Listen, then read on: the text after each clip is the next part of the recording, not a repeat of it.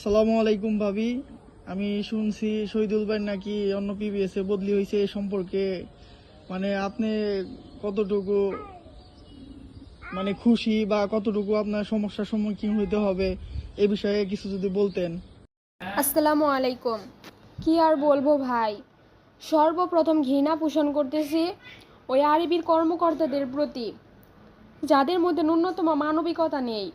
আমার স্বামীর এই পরিস্থিতিতে বদলি করেছেন,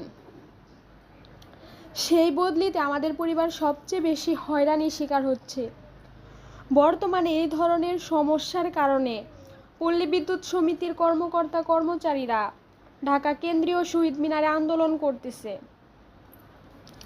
বাংলাদেশ পল্লী বিদ্যুতায়ন বোর্ড এবং পল্লী বিদ্যুৎ সমিতির মধ্যকার সংকট নিরসনের জন্য আমি অনুরোধ করে বলতেছি, অন্তর্বর্তীকালীন সরকার সহ দেশের সুশীল সমাজের হস্তক্ষেপ কামনা করছি। সবাই ভালো থাকবেন, সবাই আমার এই স্বামীর জন্য দোয়া করবেন।